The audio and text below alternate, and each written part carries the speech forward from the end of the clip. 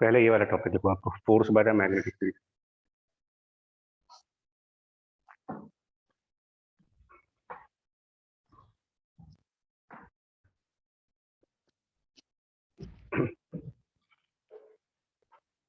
क्या होता है formula force by magnetic field का? अगर आप सर तो इसमें एल डेरिवेशंस क्रॉस नहीं बी। हो,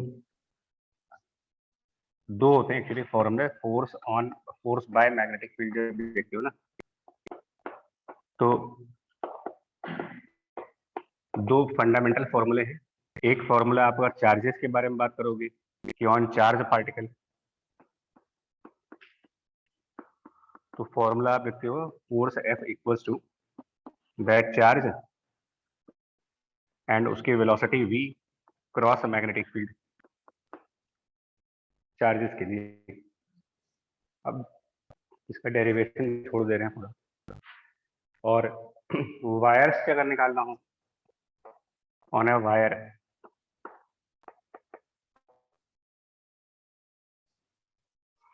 ऑब्वियसली वायर में करंट होना चाहिए, on a wire with current.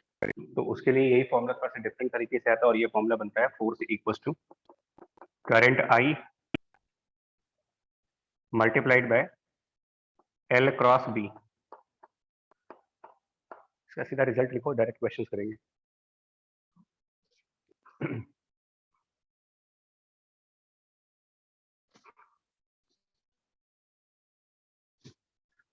जो ये वाला फॉर्मूला है ना वायर के केसेस में, आई इंटू एल क्रॉस बी, ये बेसिकली तभी अप्लाई करा जाता है जब मैग्नेटिक फील्ड बी पूरे लेंथ के लिए कांस्टेंट रहा हो। दैट मीन्स आप कह सकते हो कि ये यूनिफॉर्म रहा, uniform over the length of wire.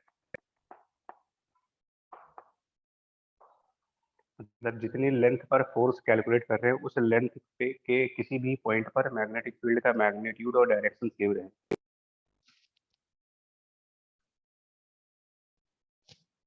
और अगर ऐसा नहीं होता, मान लीजिए जहाँ पर मैग्नेटिक फील्ड चेंज हो रही है बार बार, मतलब एक पॉइंट से दूसरे पॉइंट पर अलग अलग मैग्नेटिक फील्ड आती है, तो यही वाला फॉर्मूला चेंज करके हम लोग कहते हैं आई उस वायर का कोई डिफरेंशियल लेंथ ले लो एंड क्रॉस बी। ये अब एक एग्जांपल्स करके दिखाते हैं।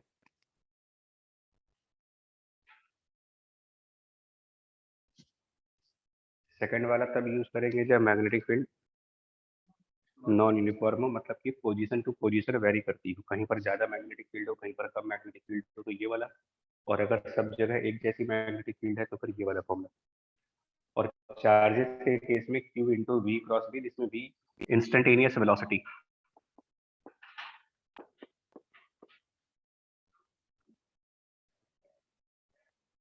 और इसमें b क्या होगा यहाँ पर? कैपिटल B, मतलब जिसको मैग्नेटिक फील्ड बोल रहे हैं। तो ये मैग्नेटिक फील्ड हम कहाँ पर चेक कर रहे होंगे? तो it is magnetic field at the location of charge.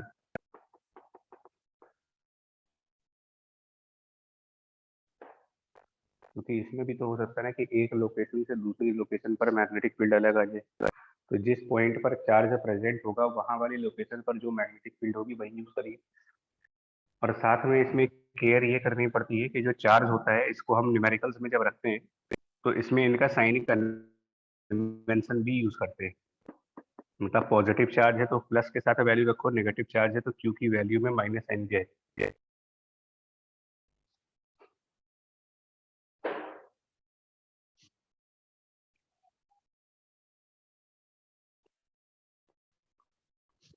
ठीक है, तो इसी से स्टार्ट करो जरा। इसकी कुछ जैसे सबसे सबसे मेजर पार्ट आता है इसमें डायरेक्शन को लेकर के। डायरेक्शन का बड़ा कंफ्यूजन है, क्योंकि डायरेक्शन निकालने के लिए आपको क्रॉस प्रोडक्ट चाहिए। और कैसे निकालते हैं क्रॉस प्रोडक्ट का डायरेक्शन? अगर दो वेक्टर में क्रॉस प्रोडक्ट हो रहा हो तो उनकी डायरेक्शन कैसे निकालते हैं? आई जे के वाला भी कर सकते हो या फिर राइट हैंड रूल भी लगाते हो उसमें। तो वो डायरेक्शंस को ध्यान रखना होगा। फॉर एग्जांपल, अगर आपसे कहा जाए कि जो वेलोसिटी है, जस्ट फॉर एग्जांपल की वेलोसिटी, एक पॉजिटिवली चार्ज पार्टिकल है उसकी वेलोसिटी का डायरेक्शन इस साइड है और मैग्नेटिक फील्ड का direction for example right side पर है, तो अभी आप क्या बताओगे इसमें फोर्स का डायरेक्शन कहाँ बनना होगा? अच्छा, वी pole क्रॉस बी, की तरफ। या तो राइट हैंड रूल लगा, हाँ, या तो राइट Inside हैंड रूल लगा लो या फिर यूनिट वेक्टर से देख लो। तो ये वेलोसिटी है, ये बी, हाँ, इनसाइड आएगा। इसमें अगर आप चेक करोगे तो वी क्रॉस बी इनसाइड, तो हम कहेंगे फोर्स की डायरेक्शन इनसाइड है। यहीं पर अगर ये नेगेटिव चार्ज होता है हमारा और डायरेक्शन ऐसी रही होती, वेलोसिटी और मैग्नेटिक फील्ड की डायरेक्शन सेम रही होती, outside है। तो क्योंकि क्यू का जब साइन भी रखोगे ना माइनस वैल्यू, तो यानी इसे डायरेक्शन के आगे एक माइनस नहीं लगा होगा, तो नेगेटिव ऑफ इनसाइड, यानी कि इस केस में हम बोलेंगे the force is outside. Actually V cross B inside आएगा। इसमें चेक करोगे तो वी क्रॉस बी, इसको मैं डिस्कस नहीं कर रहा हूँ, आप अपने आप मैनेज कर लीजिएगा इसे। A cross B, V cross B का डायरेक्शन इनवर्ट होगा, लेकिन वी क्रॉस बी के आगे जब क्यू नेगेटिव हो जाएगा, तो जो डायरेक्शन वी क्रॉस बी का होगा उसका अपोजिट साइड पर हम फोर्स का डायरेक्शन दिखाएंगे। और अगर पॉजिटिव चार्ज है तो जिस डायरेक्शन में वी क्रॉस बी जा रहा है उसी डायरेक्शन में फोर्स दिखा देंगे।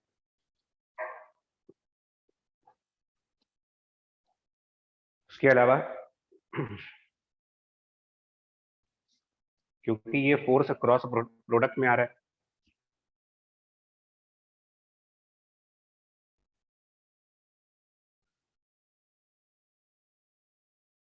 ठीक है, डायरेक्शन को लेके जरा क्लियर रखना, बिकॉज कई बार मिस्टेक देखी गई है कि नेगेटिव चार्ज के अंदर और पॉजिटिव चार्ज के अंदर डायरेक्शन दोनों में एक ही दिखा देते हैं।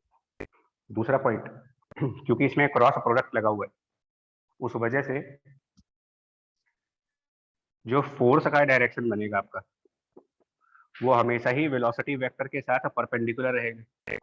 प्रॉपर्टी ऑफ क्रॉस प्रोडक्ट कि दो वेक्टर का क्रॉस करने के बाद जो आंसर आता है वो आंसर इसके और इन दोनों के परपेंडिकुलर आएगा। तो फोर्स हमेशा वेलोसिटी के परपेंडिकुलर होगा ऑलवेज।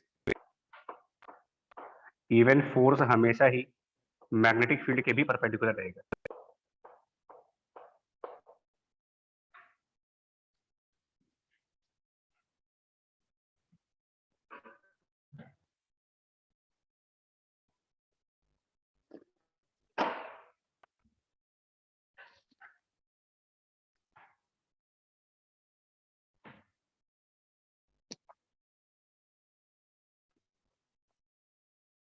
ठीक है, इसके अलावा और कुछ पॉइंट्स जो देखो बहुत बेसिक लेवल पॉइंट्स है कि मैकेनिक्स में हम लोग ये कहते थे कि rate of work by force, तो रेट ऑफ वर्क पावर बोलते थे, rate of work by any force, velocity उनके बीच में dot product power, rate of work. तो क्योंकि फोर्स और वेलोसिटी के बीच 90 डिग्री एंगल है और 90 डिग्री के एंगल पर अगर हम डॉट प्रोडक्ट निकालते हैं तो जीरो वैल्यू मिलेगी। Therefore the rate of work by magnetic force is zero.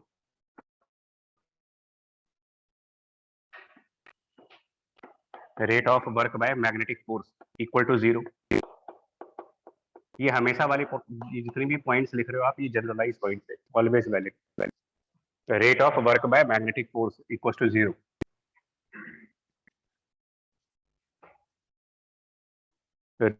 Reasoning में जाएंगे तो रीजनिंग ये देंगे आप, because force is perpendicular to velocity and by definition the power is F dot V and therefore it is zero. उसके अलावा mechanics में ही वर्क डन को, मैकेनिक्स में work done in work energy theorem, the work is change of kinetic energy, मतलब it is half m v final square minus v initial square. तो अगर rate of work done zero आ रहा है मतलब work नहीं हो रहा वहां पर, तो वर्क नहीं हो रहा इसका मतलब फाइनल स्पीड और इनिशियल स्पीड बराबर। यानी दूसरा पॉइंट ये कह सकते हो, magnetic force can not change the speed of particle, magnetic force can not change speed of the particles.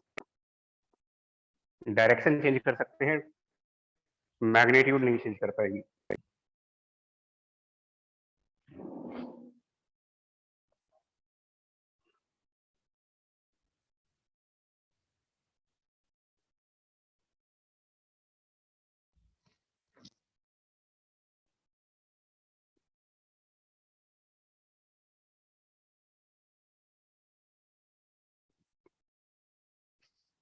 ठीक है, इसके अलावा और पॉइंट्स देखे जाए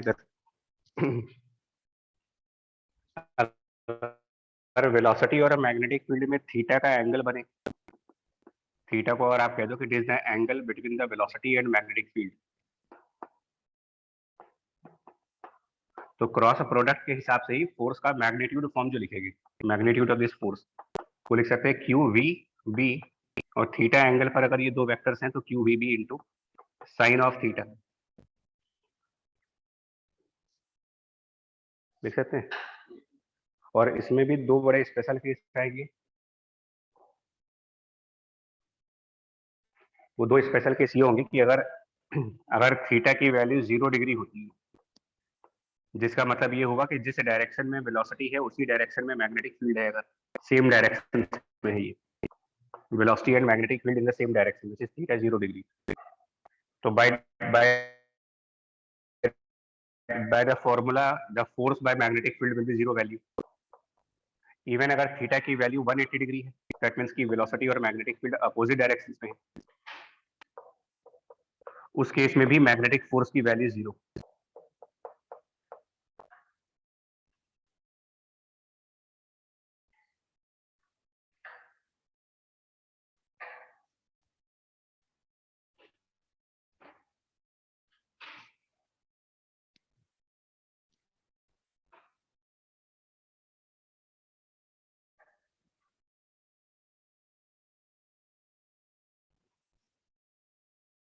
ठीक है, यहाँ तक कोई दिक्कत नहीं। चलिए इसकी एप्लीकेशन पे आओ, कि तुम मैग्नेटिक फोर्स के एप्लीकेशन पे जाइए। पहला क्वेश्चन लिखो, फर्स्ट क्वेश्चन।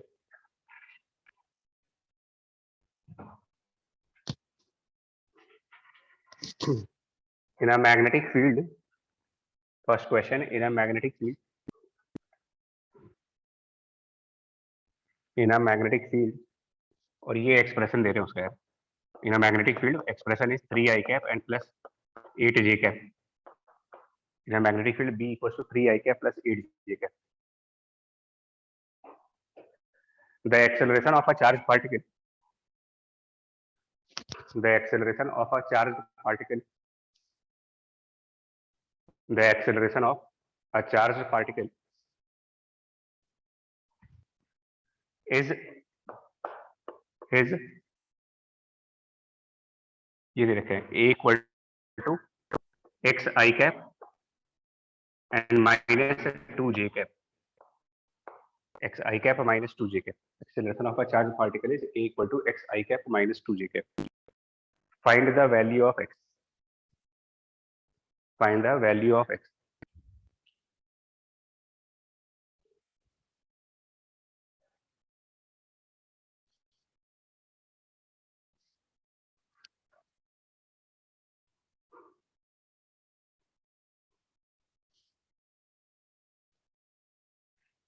बहुत फंडामेंटल क्वेश्चन है इसके ऊपर।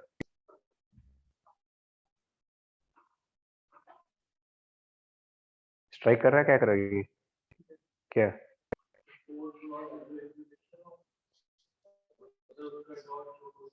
हाँ, क्योंकि फोर्स और मैग्नेटिक फील्ड परपेंडिकुलर है, तो इसका मतलब एक्सेलरेशन और मैग्नेटिक फील्ड भी परपेंडिकुलर होनी चाहिए, बिकॉज न्यूटन लॉ के हिसाब से एक्सेलरेशन एंड फोर्स हमेशा सेम डायरेक्शन में होते हैं। तो इसका मतलब ए और बी अगर परपेंडिकुलर है तो it clearly means that A dot B 0 आना चाहिए।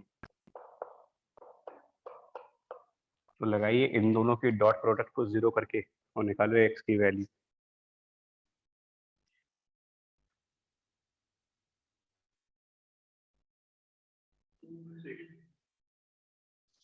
सिक्सटीन बाई थ्री आ जाएगा, डॉट प्रोडक्ट निकाल के 0 करेंगे तो आंसर आ जाएगा 16/3। अगला क्वेश्चन लिखो।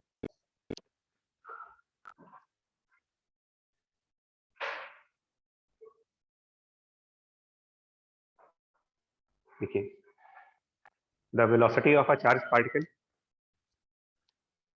The velocity of a charge particle, the velocity of charge particle changes from changes from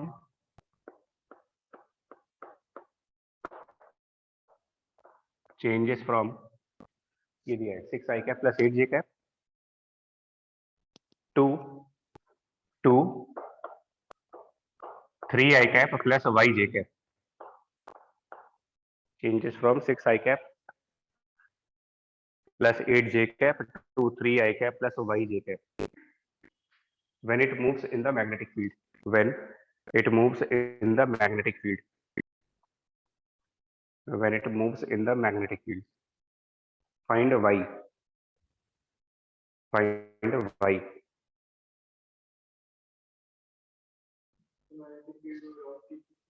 speed नहीं चेंज होती है, वेलोसिटी बदलती है, मतलब इन दोनों वेक्टर के मॉड सेम आने चाहिए। ये ना कहिए हम लोग उसको क्वेश्चन में कह रहे हैं कि वेलोसिटी चेंज हुई है, डायरेक्शन बदला है, बट ये वाली property it can not change speed. इसका मतलब इसका मैग्नीट्यूड और इसका मैग्नीट्यूड सेम है। This mod should be equal to the mod of this vector. दोनों के मैग्नीट्यूड को बराबर करके देखिए भाई कितना आ रहा है। भाई इधर आपका 100 हो गया, उधर 91 हो गया। रूट 91 आएगा सीधे सीधे, plus minus square root of 91। ठीक, वो बेसिक क्वेश्चंस कह रहा हूँ, basic questions on the properties.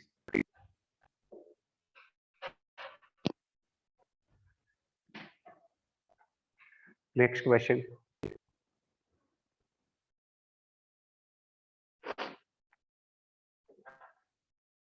बोलो, लिखिए। A proton moving along positive x direction, moving along positive x direction with a velocity of v naught, experiences a magnetic force,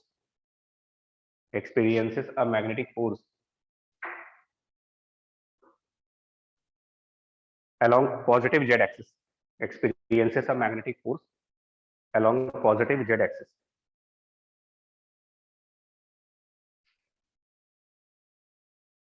ठीक है, what is the direction and magnitude of magnetic field? What is the direction and magnitude of magnetic field? What is the direction and magnitude of magnetic field?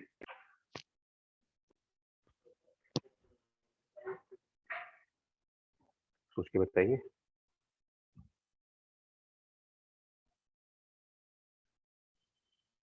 Sir एक बार velocity बता दीजिए। Velocity v not है और positive x direction है, v not in positive x direction. Proton है, proton velocity v not है, direction उसका positive x axis है, और जो वो मैग्नेटिक फोर्स एक्सपीरियंस कर रहा है वो पॉजिटिव z एक्सिस पे कर रहा है। तो फिर मैग्नेटिक फील्ड का क्या डायरेक्शन रहा होगा? मतलब ये लेफ्ट हैंड साइड है, कुल मिलाकर के लेफ्ट हैंड साइड का डायरेक्शन दिया गया है k कैप, ये दिया है i कैप।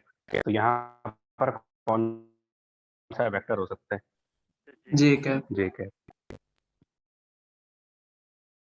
बट इस टाइप के क्वेश्चन को डील करने का जो तरीका है ना, सही मेथड जो है, देखो इसमें एक गलती हो जाएगी। सही तरीका क्या है? Let magnetic field is, right method is that let magnetic field is bx i cap plus by j cap and plus bz k cap. Let this is the magnetic field. अब ये लगाओ q v क्रॉस b। तो q question में velocity के बारे में कहा गया है v नॉट, डायरेक्शन दिया गया है पॉजिटिव x यानी कि i cap, cross magnetic field.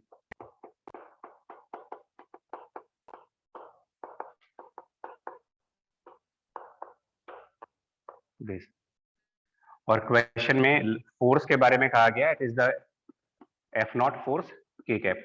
अच्छा, क्वेश्चन में फोर्स का मैग्नीट्यूड भी दिया होगा, उसका हमसे मिस हो गया है। Experiences a force F not कर लीजिए, experiences a force F not in positive Z direction.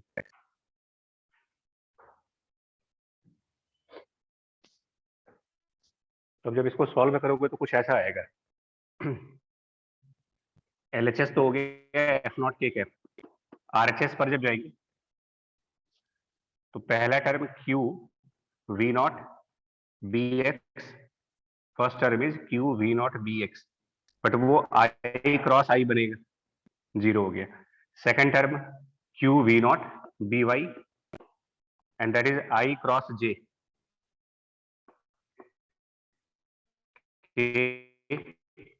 एक और टर्म आएगी Q V not B Z, और वो हो गया I cross K minus of J. अब जब इनको इक्वेट करेंगे तो क्या रिजल्ट बनेगा हमारा? इनको जब इक्वेट करोगे तो रिजल्ट ये बनना है LHS पर K cap is F naught और RHS पर K कैप का मतलब है Q V not B Y. तो comparing K cap on both side, B Y की वैल्यू मिल जाएगी F naught divided by Q V naught. इधर माइनस J कैप है, इधर माइनस J कैप है नहीं यहाँ पर, तो जो नहीं है उसको 0 मान लेते हैं, इसको 0 J कैप कर लीजिए. तो जब J कैप और J कैप को कंपेयर करेंगे तो also B Z equal to 0. But B X के बारे में क्या कहें? भाई दो कंपोनेंट्स के बारे में तो मालूम चल गया, बट बी एक्स के बारे में क्या कहोगे? बिकॉज अगर बी एक्स की कोई भी वैल्यू होगी अल्टीमेटली आई क्रॉस आई तो 0 होना ही है. तो हमारा आंसर ये होगा कि B X may have any value.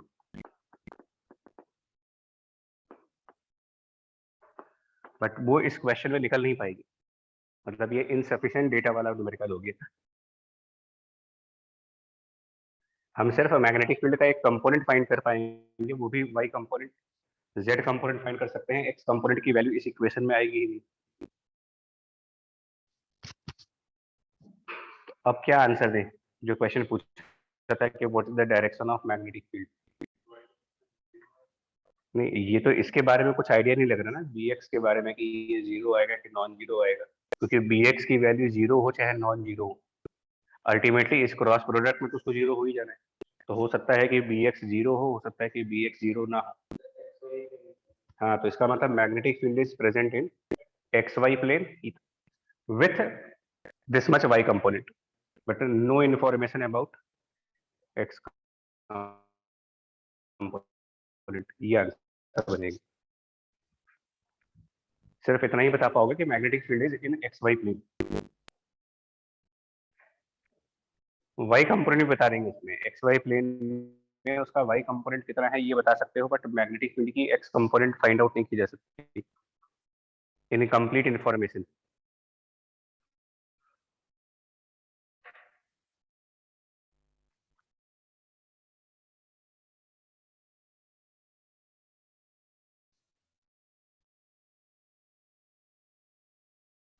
आइए बात समझ में. क्वेश्चन में ये इंफॉर्मेशन इनकम्प्लीट है, so we can only tell that magnetic field is in the xy plane but with this much y component. तो क्या हम मैग्नीट्यूड निकाल पाएंगे इसका? नहीं निकाल पाते. अब अगर इसी क्वेश्चन में एक वर्ड ऐड कर दो, what is the minimum magnitude of magnetic field, कब कैसे कहोगे? कि जब मिनिमम की बात हो रही होगी तो मिनिमम के लिए हम bx को क्या मान लेंगे? 0 मान लेंगे.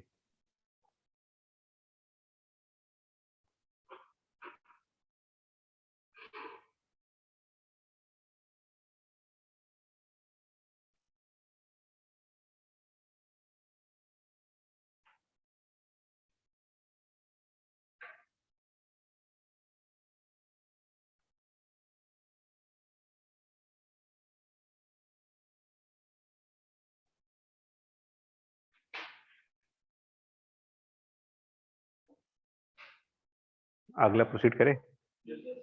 देखिए सर एक डाउट था.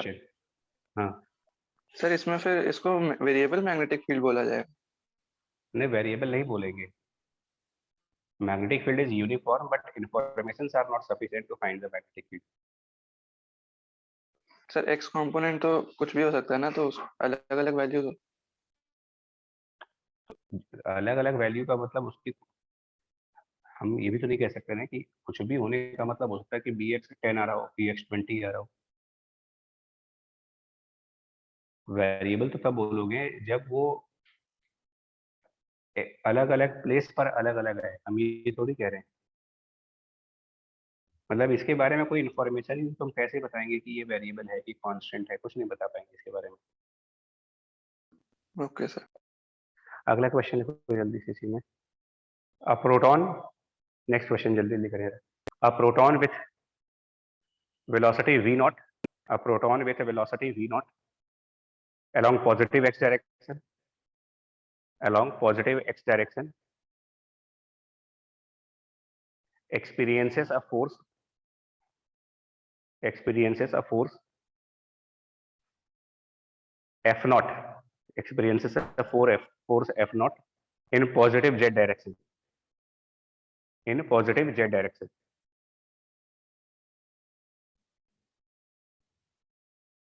तो पिछला क्वेश्चन हुआ जैसे, when the same proton, when the same proton moving with velocity v naught, when the same proton moving with velocity v naught along y axis, when the same proton moves with velocity v naught along y axis, it experiences, it experiences, it experiences 2f naught, it experiences a force 2f naught, it experiences a force 2f naught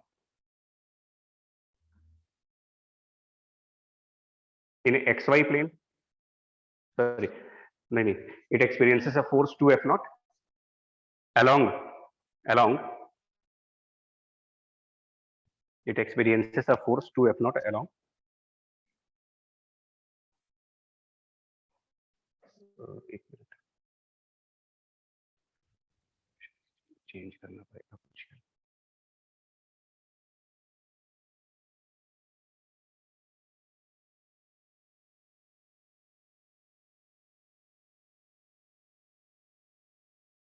along z axis, along z axis and f naught along,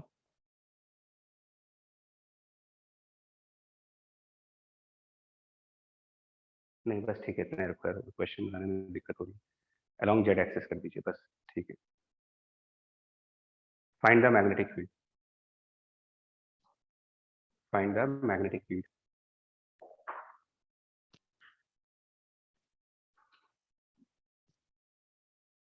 तब इसमें देखो पहला part तो ऐसे करोगे, let B equal to this much, पहला part तो ये होगा, बी एक्स के बारे में नहीं निकल पा रहा। अब हमने क्वेश्चन में जो दूसरी इंफॉर्मेशन दी है, एक और इंफॉर्मेशन,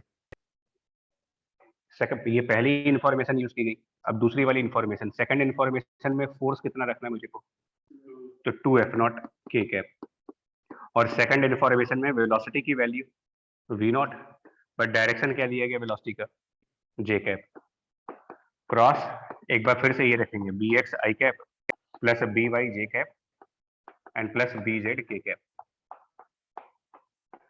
अब जब इसको सिंप्लीफाई करेंगे तो एल एच एस पर 2f0 के कैप हो गया, आर एच एस पर Q V naught B X and this is J cross I K, second term J cross J zero, और तीसरा टर्म, बट उसमें बीजेड ऑलरेडी जीरो आ चुका है, पहली इंफॉर्मेशन से बीजेड जीरो हो चुका है, तो फिर बीजेड जीरो हो गया, तो खाली इतना ही बचा नो। अब आपका बी एक्स भी सॉल्व हो गया, यहाँ B X is 2f0 divided by Q V nought. तो अब तीनों कंपोनेंट्स आ गए, वाई कंपोनेंट भी आ गया, जेड कंपोनेंट भी आ गया, और यहाँ से एक्स कंपोनेंट भी आ गया। अब इसके बाद टोटल मैग्नेटिक फील्ड निकाल सकते हैं। पिछले वाले में इंफॉर्मेशन इनसफिशिएंट था, आपकी वो कंप्लीट इंफॉर्मेशन दे दी गई, तो कंप्लीट इंफॉर्मेशन पर क्या होगा कि मैग्नेटिक फील्ड के सारे कंपोनेंट्स मिल जाएंगे।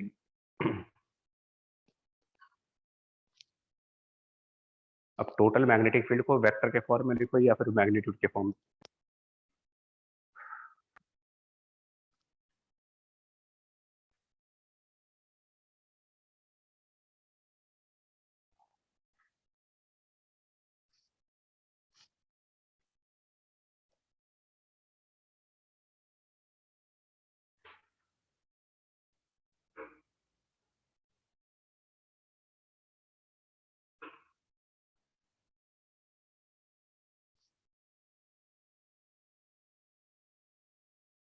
समझ आएगा क्वेश्चन?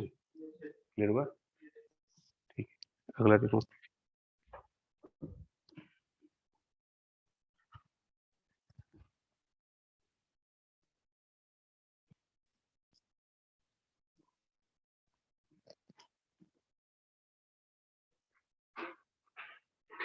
ना उस पे आइए, फोर्स ऑन वायर वाले आर्टिकल पर। पहले इसके छोटे छोटे एग्जांपल कर लो। Force on a current carrying wire, force on current carrying wire.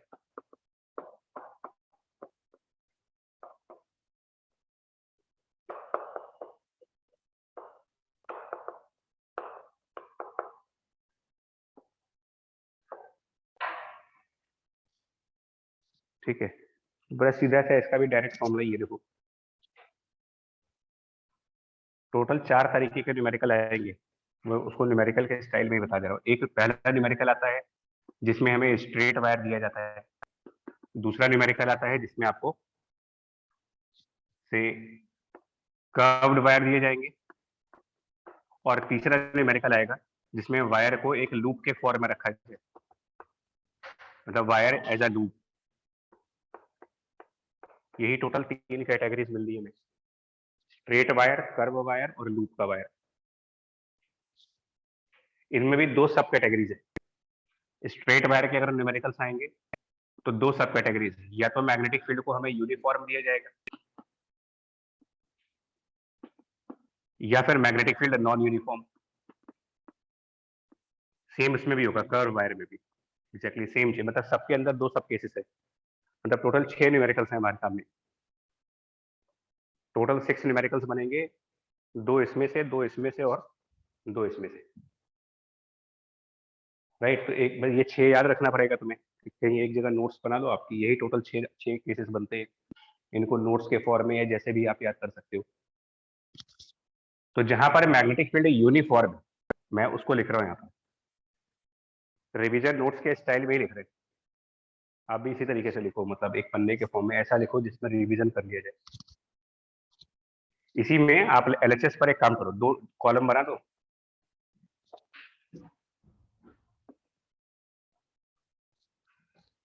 भाई टाइम कम है तो इसमें तरीका यही हो सकता है पढ़ने का। पहला केस आप लिख लो व्हेन बी इज यूनिफॉर्म, और दूसरे केस में लिख लेते हैं when B is non uniform. और जब भी न्यूमेरिकल सामने आए बस ये टेबल सामने रखिए, जैसा जिस तरीके से इंस्ट्रक्शन दी जाए वैसे न्यूमेरिकल सॉल्व करना स्टार्ट करो। तो जब बी यूनिफॉर्म, पहले बना दो इसे।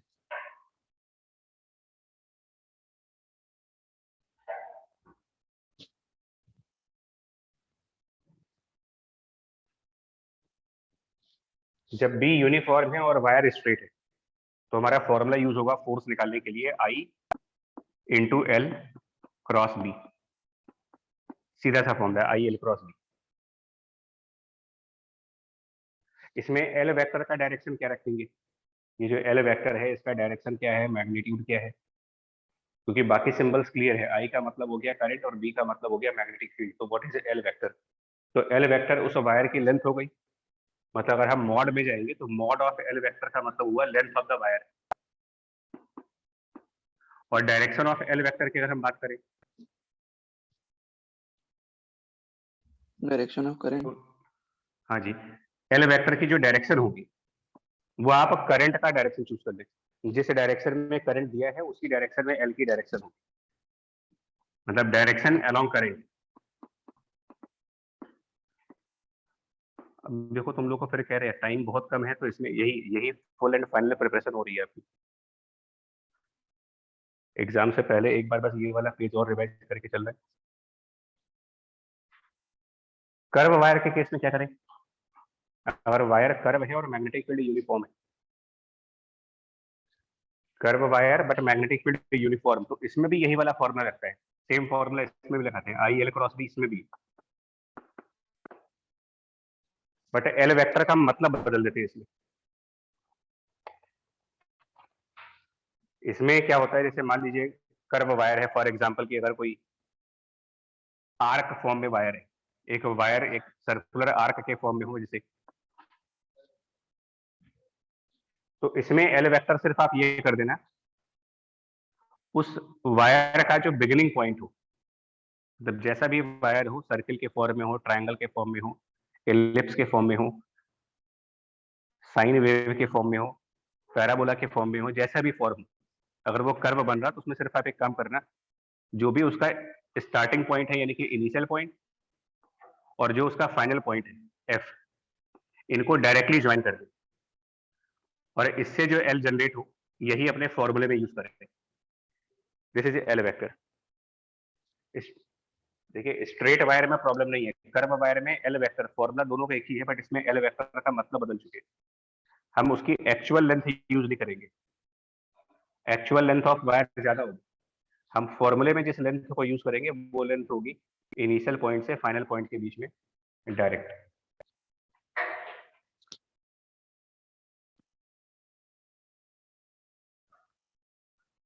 और अगर क्लोज लूप के फॉर्म में है,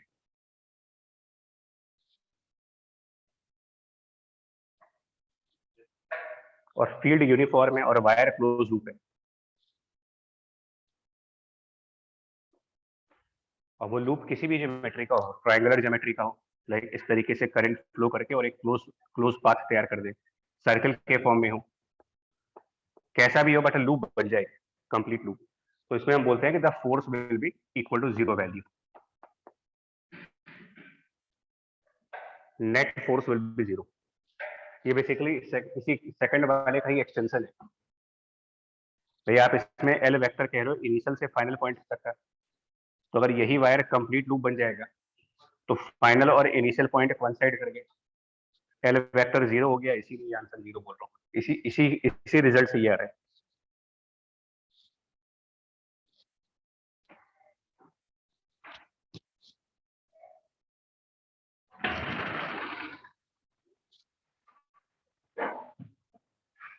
वो ले रहा है एचसीवी वाली वॉल्यूम 2 वाली, इनको क्वेश्चन दिखा दे सकता हूँ। और अगर B non uniform, non uniform तो वो तीनों केसेस में एक ही अप्रोच है यार, कोई फॉर्मूला ही नहीं। एक्चुअली नॉन यूनिफॉर्म का कोई प्री डिफाइंड फॉर्मूला होता ही नहीं है, तीनों का same approach, common approach, that force will be I into any small part cross B और इसका इंटीग्रल करेंगे। Common approach in all three cases, बस इतने फॉर्मूले याद कर लेकर।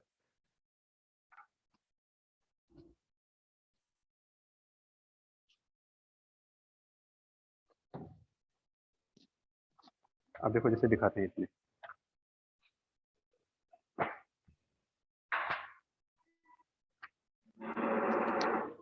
तो बुक है, बोलो, ये है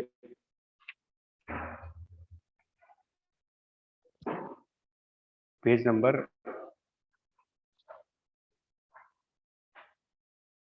229, 229, सेकेंड वॉल्यूम एचसीवी, चैप्टर है magnetic field, chapter 34, chapter 34 magnetic field, page number 229। पहले तो कुछ बेसिकली स्टार्ट करो जरा, ऑब्जेक्टिव 1 पे चलिए। अच्छा उसके पहले भी बहुत, उसके पहले एक मिनट और, एक मिनट और, ये सेकंड नंबर का शॉर्ट क्वेश्चन देखो आप, क्वेश्चन फॉर शॉर्ट आंसर्स में सेकंड नंबर, फटाफट बताएं इसका आंसर, यहीं पर इसकी भी प्रैक्टिस करवा दो। Can a charge particle be accelerated by the magnetic field? Accelerated, force तो आ ही रहा है ना, अरे फोर्स आ रहा है भाई उसके ऊपर, स्पीड नहीं बढ़ा सकते खाली। एक्सेलरेशन का मतलब तो सीधा सा ये होता है कि वेलोसिटी की मैग्नीट्यूड और डायरेक्शन में से अगर कोई भी चीज बदल सकते हैं तो वो एक्सेलरेशन कहलाएगी। तो can a charge particle be accelerated by magnetic field, उसका आंसर तो हो गया यस। उसका आगे कैन इट्स स्पीड भी इंक्रीज? नो।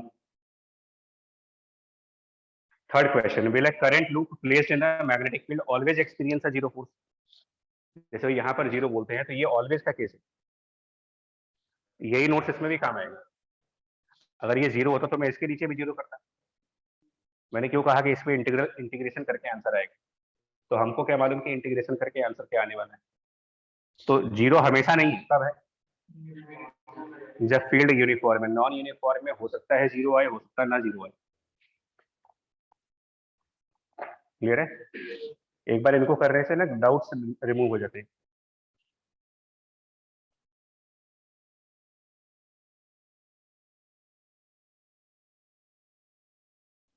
और बाकी भी बता रहे हैं।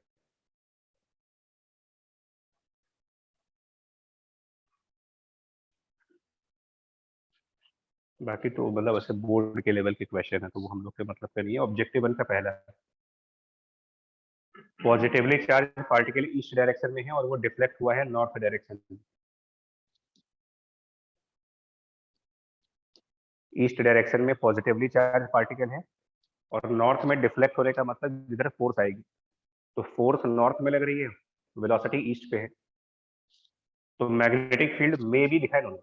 अब आप समझो ये मे भी क्यों बोल रहा हूँ आपसे, ये वही जो भी हम लोगों ने क्वेश्चन किया था,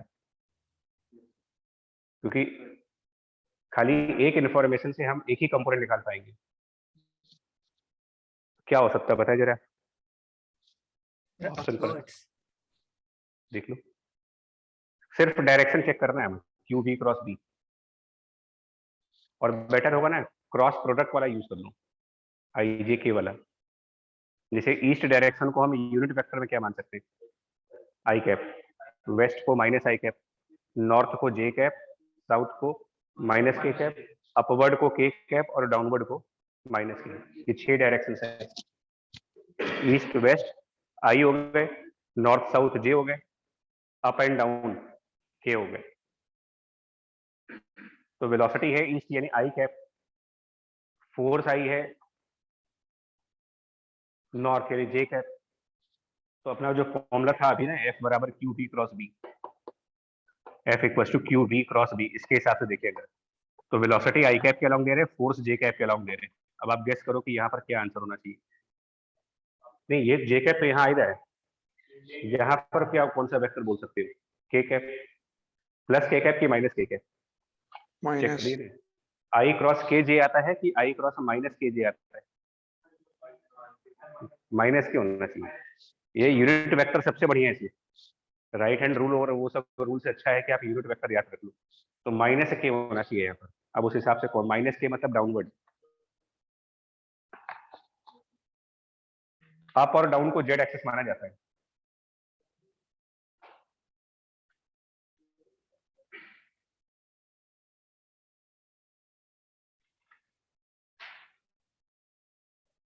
थर्ड वाला क्वेश्चन वैसे ही मजाक में है, देख लो करो क्या आएगा। मैक्सिमम फोर्स कौन एक्सपीरियंस करेगा अगर सेम वेलोसिटी से भेजे गए हैं तो, क्यू वी क्रॉस बी है, इन चारों में देख लीजिए, इसका चार्ज ज्यादा है, 4 पार्टिकल दिए हैं, सबसे ज्यादा चार्ज वाला कौन है इसमें, लिथियम है, दो दो डबल आयन है उस पर, तो ये तो वैसे हो जाएगा।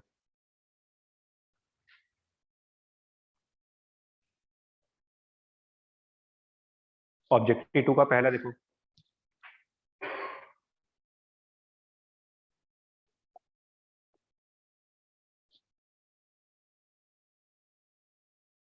Charge particle at rest experiences no force, क्या क्या हो सकता है, क्योंकि मैग्नेटिक फील्ड में देखिए अगर वेलोसिटी 0 है कहीं पर, तो मैग्नेटिक फील्ड रहे चाहे ना रहे, फोर्स तो 0 आनी ही है, तो बी में और मे नॉट बी 0। और नहीं, लेकिन रेस्ट पे पार्टिकल, लैंग्वेज पढ़ी है इन सब में, यही होता है कि हम कभी कभी ज्यादा सोच लेते हैं। कई लोगों के साथ ये मैं देखा है कि वो ऑप्शंस में क्या होता है, थ्योरी वाले क्वेश्चंस में जबरदस्ती कुछ और सोच लिया, तो पहले ही बोल दिया है कि रेस्ट पे वेलोसिटी 0 वाला केस है। इलेक्ट्रिक फील्ड के बारे में क्या बोलोगे, मस्ट बी 0 कि may be 0? Must be, must be, क्योंकि इलेक्ट्रिक फील्ड की जो फोर्स होती है उसमें वेलोसिटी का तो टर्म होता ही नहीं कोई, तो अगर हमारा फोर्स 0 आ रहा है तो गारंटीड है कि ई 0 आएगा। यहाँ पर प्रॉब्लम दूसरी है, यहाँ पर अगर v 0 हो गया तो b के 0 होने के चांसेस भी है, ना 0 होने के चांसेस भी, तो उधर तो गारंटी ली जा सकती है ना, अगर f 0 आ रहा है इसका मतलब पक्का ई 0 है, क्योंकि तो अब इस सही ऑप्शन बताओ जल्दी से। ठीक, इस तरीके के क्वेश्चन आते हैं। अब दूसरा वाला, if a charge particle at rest experiences a force, इसमें ध्यान नहीं करता, आप कर रहा है रेस्ट पर हो करके फोर्स एक्सपीरियंस कर रहा है। चार्ज पार्टिकल रेस्ट पे है एंड फोर्स मिल रहा है उसको, और ये एक ध्यान रखना, एक चार्ज पर यही दो फोर्स लगते हैं। अब देखो रेस्ट पे होने के बाद इनमें से कौन सी फोर्स लगेगी?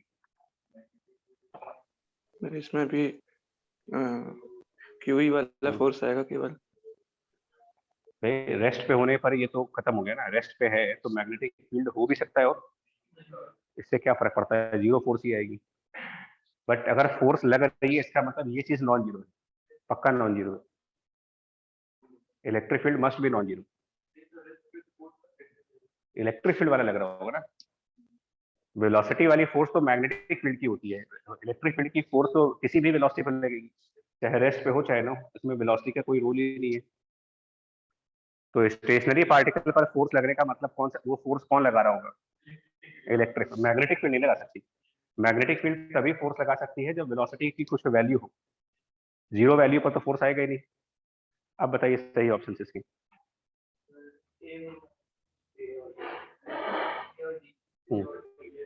एक काम करना है, इस सीरीज में जितने भी क्वेश्चन देख रहे हो ना आप, ये करीब 10 के 10 क्वेश्चन, इसमें 10वां क्वेश्चन छोड़, 10वां क्वेश्चन में हिंट कर रहा हूँ, ये सब डायमेंशन से देखना है, लॉजिक नहीं है उसमें कोई।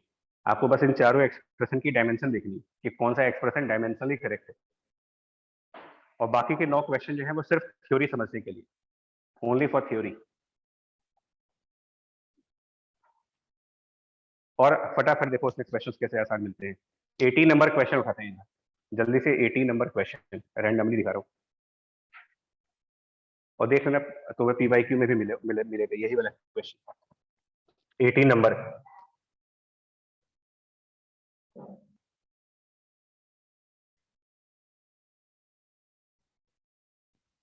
पहले तो क्वेश्चन देखो आप कि इसमें फोर्स ऑन चार्ज है कि फोर्स ऑन वायर है? वायर है, सामने नोट्स है, इनमें कौन सा केस है? फोर्स ऑन वायर है, कौन सा केस दिख रहा है आपको? स्ट्रेट वायर है, कर्व वायर है कि लूप है?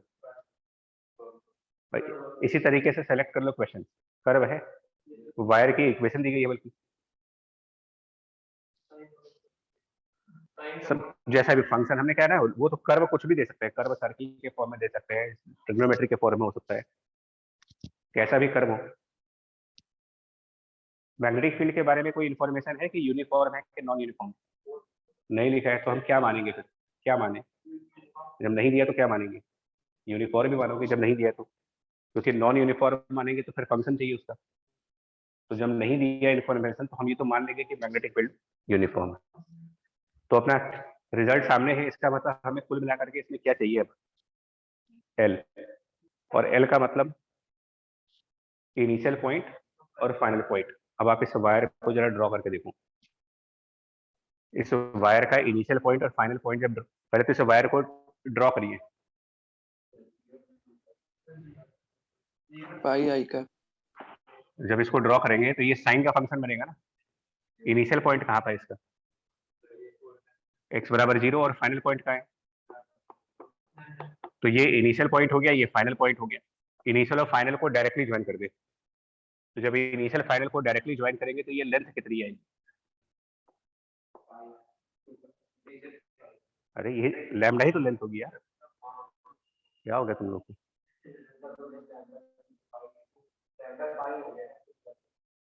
आप यही होता है जब ज्यादा दिमाग लगा लेते हैं तो जबरदस्ती टफ कर देते हैं क्वेश्चन को।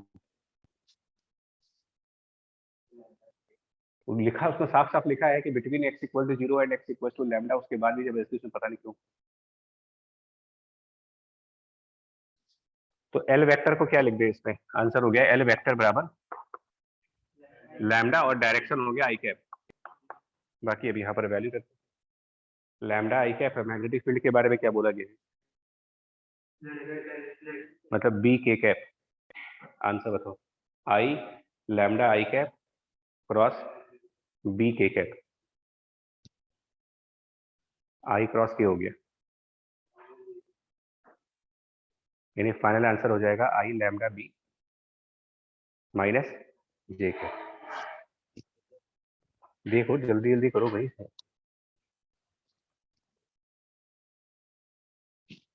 समझ आया? 11th नंबर क्वेश्चन, या पहले 10th नंबर क्वेश्चन देखिए, कितने बेसिक क्वेश्चन आते हैं इस चैप्टर में। 10th नंबर क्वेश्चन, एक्चुअली इसमें टफ वाला चैप्टर इसके बाद है, तो EMI वो टफ है, ये वाला पोर्शन फिर स्कोरिंग। 10th वाला क्वेश्चन पढ़ के देखो, तुम्हें लगेगा यार बिल्कुल बेसिक क्वेश्चन है ये। मैग्नेटिक फील्ड दिया हुआ है,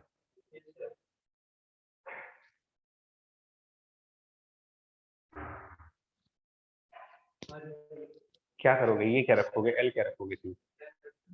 वेक्टर लिखना है, मैग्नीट्यूड भी चाहिए, डायरेक्शन भी चाहिए। एल आई कैप, तो यहाँ एल आई कैप लिख दो, और बाकी जो मैग्नेटिक फील्ड दिया है वो लिख लो, क्रॉस प्रोडक्ट करके इसका आंसर आ जाएगा। बड़ा बेसिक क्वेश्चन नहीं दिया, इसके ऊपर वाला और भी इजी है, 9th वाला।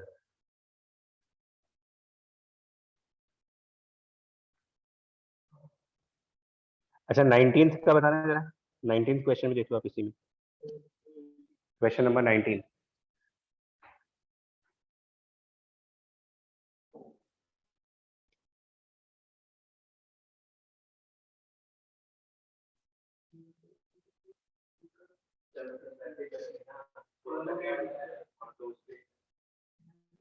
तो क्या अलग अलग निकाले हैं? एक स्ट्रेट है, फिर कर्व है, फिर स्ट्रेट है, तो क्या करें, अलग अलग थोड़ी निकालेंगे। फिर वही काम करिए, इनिशियल से फाइनल को मिला दो खाली आप, हमें इसमें कुछ नहीं कॉम्प्लिकेट करना, फिर और ना कोई ट्रस्ट मानो, जेई में भी जाकर के कुछ चेंजेस नहीं होते इसमें। ये टॉपिक ऐसा है भाई, आपको ऐसा करके वायर दिया है, फिर ऐसे वायर दिया है, फिर ये वायर दे दिया, तो आप सिर्फ उसका इनिशियल पॉइंट देखिए, फाइनल पॉइंट देखिए, और इनिशियल फाइनल को डायरेक्टली मिला दो, मतलब ये एल हो गया हमारा, इनिशियल टू फाइनल, तो हमारे लिए एल वेक्टर बन जाएगा। अब ये लेंथ कितनी दी गई है, 2r, और डायरेक्शन क्या हुआ इसका, आई कैप। यहाँ रख दो अपना, बाकी चेक करके बताओ। ना करिए उतना, मेरे जरूरत ही नहीं पड़ती जबरदस्ती में, कुछ ना करो उसमें, टाइम खराब रहेगा और कुछ नहीं। वो ठीक है, आपके बाद दोनों स्ट्रेट वाले कैंसिल हो जाएंगे, बट हम क्यों उतना दिमाग लगाएंगे, हमें जब हमें सिर्फ फोर्स पूछ रहे हो आप, तो फोर्स के लिए बस इतना इतना करते रहेंगे। तो ये सब तो क्वेश्चन वो हैं जो एग्जाम में टाइम बचाते हैं हमारे।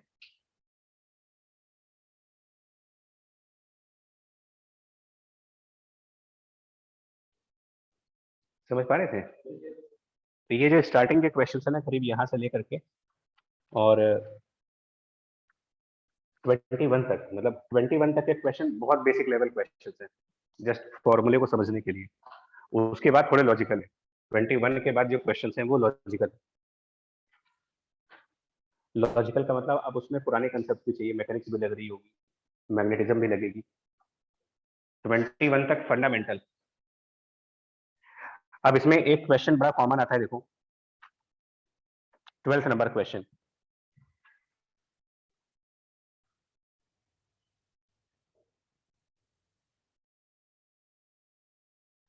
नंबर क्वेश्चन देखिए,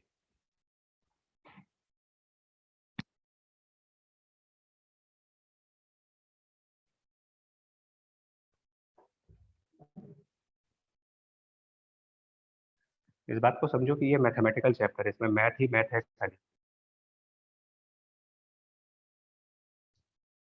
पता लगाओ ये तीनों में से कौन सा सिचुएशन है,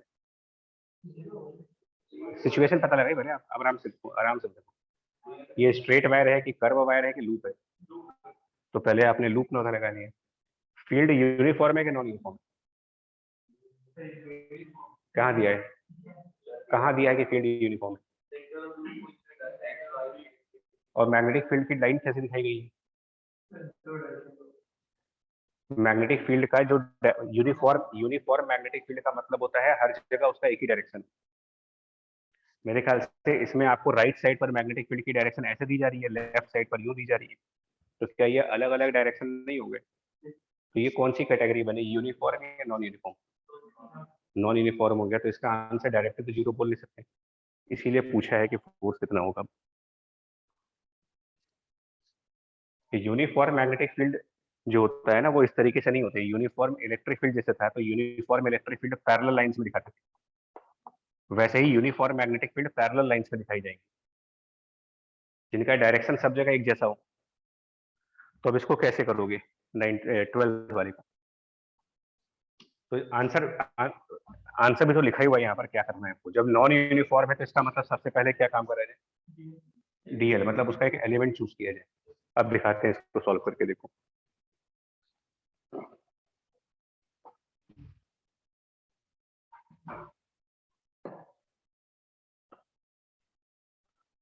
कैसा दिया है करंट, क्लॉकवाइज की anti clockwise? Anti clockwise. Magnetic field की डायरेक्शन से रेडियल डायरेक्शन में दी जा रही है।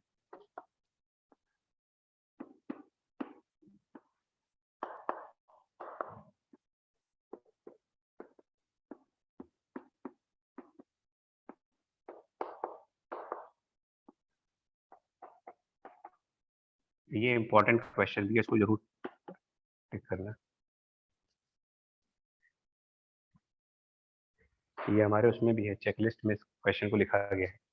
मैग्नेटिज्म की चेकलिस्ट में जब जाओगे तो ये क्वेश्चन वहां लिखा हुआ है, a circular loop in the radial magnetic field. और यही वो एग्जांपल है रेडियल मैग्नेटिक फील्ड का। इसका कोई डायरेक्ट फॉर्मूला नहीं है, इसके लिए एलिमेंट चूज करेंगे। तो देखो, अगर इस वायर में एक छोटा सा एलिमेंट हम मान लो यहाँ पर चूज कर लेते हैं, सपोज इस पॉइंट पर डीएल, इसमें फोर्स का डायरेक्शन बताए क्या आएगा। सपोज करो कि ये डायरेक्शन वाई एक्सिस हो गई, ये डायरेक्शन एक्स मान लेते हैं। अगर यहाँ पर करंट कौन से डायरेक्शन में फ्लो कर रहा है, अगर एंटी क्लॉकवाइज करंट तुम लोगों ने कहा है तो इस एलिमेंट में डायरेक्शन ऑफ करंट, अगर ये इस तरीके से करंट एंटी क्लॉकवाइज आ रही है तो यहाँ पर डायरेक्शन ऑफ करंट ऊपर की तरफ दिखा सकते हैं। तो इस पॉइंट पर फोर्स कौन सी डायरेक्शन में आएगा, formula is I into inside DL cross B. हाँ जी, आई डीएल क्रॉस बी के हिसाब से देखिए। डीएल वेक्टर मतलब जो करंट का डायरेक्शन, करंट का डायरेक्शन हो गया जे कैप, तो जे क्रॉस, यहाँ पर मैग्नेटिक फील्ड की डायरेक्शन पॉजिटिव एक्स है, तो जे क्रॉस आई माइनस के, मतलब यहाँ पर फोर्स माइनस के कैप है। अगर हम यहाँ पर कोई एलिमेंट डीएल चूज कर लें, यहाँ पर कोई डीएल एलिमेंट, तो इस डीएल एलिमेंट में करंट का डायरेक्शन इधर हो गया।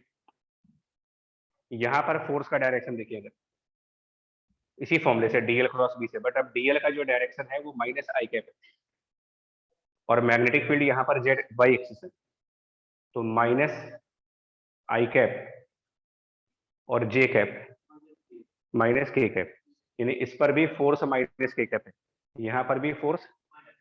इनफैक्ट अगर आप चेक करोगे तो जितने भी डिफरेंशियल पार्ट्स लोगे आप, जैसे अगर हम यहाँ पर एक डिफरेंशियल पार्ट चूज कर लें तो इसमें करंट का डायरेक्शन ये हो गया, तो इसका डीएल हो गया हमारा माइनस जे, और यहाँ पर magnetic field negative x axis हो गई, तो माइनस जे क्रॉस माइनस आई, माइनस जे क्रॉस माइनस आई, ये भी माइनस के कैप आ रहा है, मतलब यहाँ भी फोर्स माइनस के कैप पर है, यहाँ भी फोर्स माइनस के कैप पर है, यहाँ भी फोर्स माइनस के कैप पर है। इनफैक्ट जितने भी एलिमेंट्स आप इसमें लोगे सबके लिए फोर्स का डायरेक्शन माइनस के कैप आएगा। और मजे की बात एक और देखिए, इस वाले एलिमेंट में करंट और मैग्नेटिक फील्ड के बीच 90 डिग्री का एंगल बन रहा है, तो यहाँ वाले एलिमेंट पर भी करंट और मैग्नेटिक फील्ड 90 डिग्री के एंगल पर, यहाँ वाले एलिमेंट के लिए भी करंट और मैग्नेटिक फील्ड 90 डिग्री के एंगल पर। तो मैग्नीट्यूड फॉर्म में इसको क्या लिखें, अगर इसको मैग्नीट्यूड के फॉर्म में लिखा जाए तो इन मैग्नीट्यूड फॉर्म ये हो जाएगा आई, ये लेंथ डीएल, क्रॉस प्रोडक्ट है बट ये दोनों परपेंडिकुलर वेक्टर्स है, तो डीएल बी और साइन 90। मैग्नीट्यूड फॉर्म में जब इसको लिखेंगे तो ये भी लिखेंगे I into DL into B, magnitude form में इसको लिखेंगे तो ये भी वैसे ही लिखा जाएगा। और बाद में क्या करेंगे, क्योंकि यहाँ पर इनफैक्ट सभी एलिमेंट्स पर फोर्स सेम डायरेक्शन में, तो जो टोटल फोर्स इस पूरे वायर पे आएगी, total force on this loop, यहाँ वाली फोर्स प्लस ये वाली फोर्स प्लस ये वाली फोर्स प्लस इस तरीके के जितने भी एलिमेंट्स बनेंगे इसमें, उन सारे एलिमेंट के फोर्स ऐड करे जाए, और सारे एलिमेंट के फोर्स जब एक ही डायरेक्शन में है तो एक तरीके से I into D L B यहाँ पर plus I into D L B यहाँ plus I D L B यहाँ पर, आई डी एल बी यहाँ पर, ये सब जब ऐड होंगे तो आई बाहर हो गया, बी बाहर हो गया, ये लेंथ प्लस अगले एलिमेंट की लेंथ प्लस अगले एलिमेंट की लेंथ प्लस अगले एलिमेंट की लेंथ, इन सारे एलिमेंट की लेंथ जब ऐड करी जाएगी तो वो बेसिकली क्या बन जाएगा इसका सरकमफ्रेंस, यानी answer will be 2 pi into radius जो भी इसका दिया होगा। ये आंसर है फोर्स का। यही मतलब है कि हमें मतलब एलिमेंट चूज करके सॉल्व करना पड़ेगा। और ये स्पेशली डिजाइंड प्रॉब्लम है। स्पेशली डिजाइंड प्रॉब्लम इसलिए कहा जा रहा है कि सारे एलिमेंट के फोर्स एक ही डायरेक्शन में चलेंगे।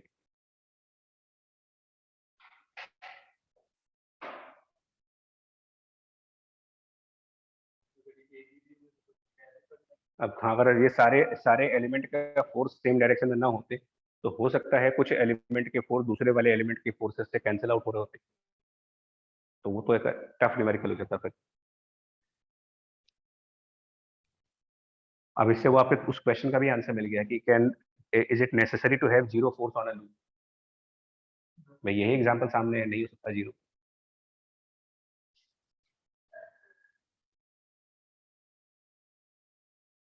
तो ओवरऑल फोर्स आप क्या बोलोगे इस क्वेश्चन में, किधर की तरफ है कंप्लीट ओवरऑल फोर्स?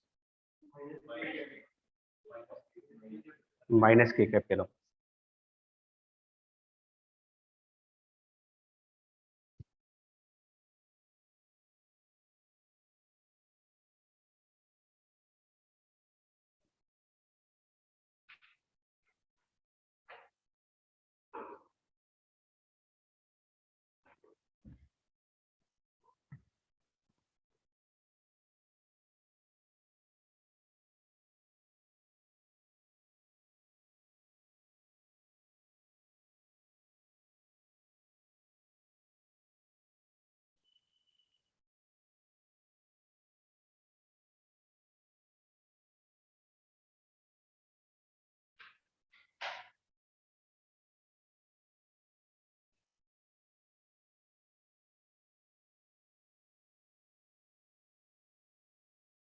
इसको रिव्यू प्रॉब्लम में करना जरूर, क्योंकि ये सब क्वेश्चन रिपीट होते हैं।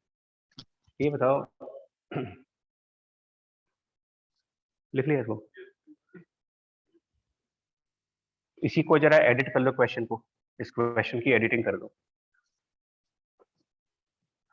चाहे बुक में ही एडिट कर ले या अपने रजिस्टर में जहां भी करे, बट रिवीजन करना होगा इसका।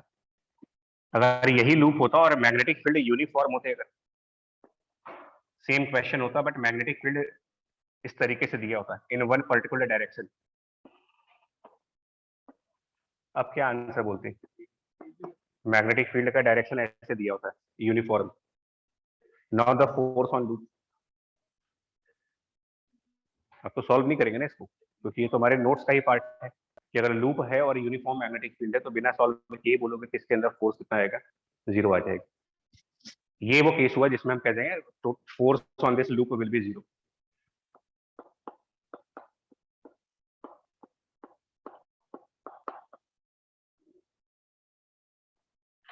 बट इसको एक्सप्लेन कैसे करोगे, क्योंकि इन्होंने अगले पार्ट में एक्चुअली एक क्वेश्चन में इसको मांगा भी है। जैसे अगर बोला पढ़ोगे ना 15 नंबर क्वेश्चन, 15 नंबर क्वेश्चन में इन्होंने जस्टिफिकेशन ही मांगा है, ये प्रूफ कैसे करोगे कि जीरो आएगा।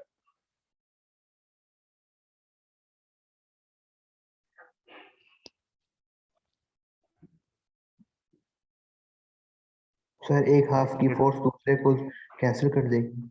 कंसीडर देंगे। और वैसे भी देख लो, एलिमेंट चूज करिए, क्योंकि ये भी एक डिस्कशन प्रॉब्लम है।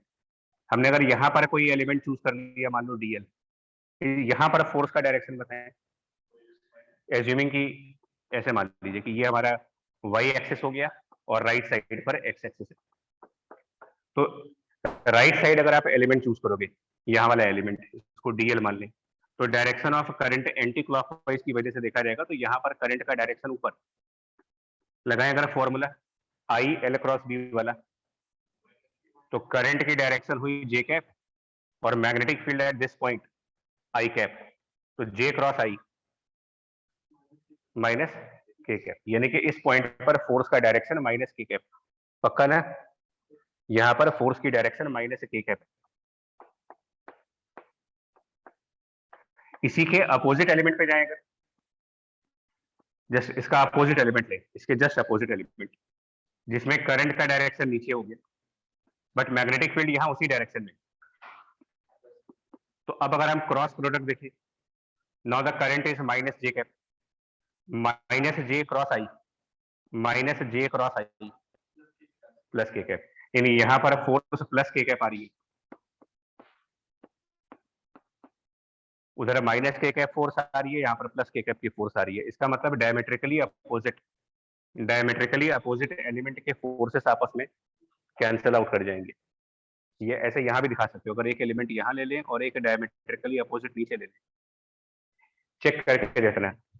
यहाँ पर अगर डायमेट्रिकली एलिमेंट चूज किया जाए और एक एलिमेंट उसके अपोजिट साइड पर लिया जाए, बताइए इस एलिमेंट पर फोर्स का डायरेक्शन, करंट लेफ्ट साइड है, ये करंट का डायरेक्शन, और मैग्नेटिक फील्ड अपोजिट साइड पर, करंट और मैग्नेटिक फील्ड अपोजिट है, क्रॉस प्रोडक्ट लेना मेरे को, क्रॉस प्रोडक्ट, आंसर आएगा 0।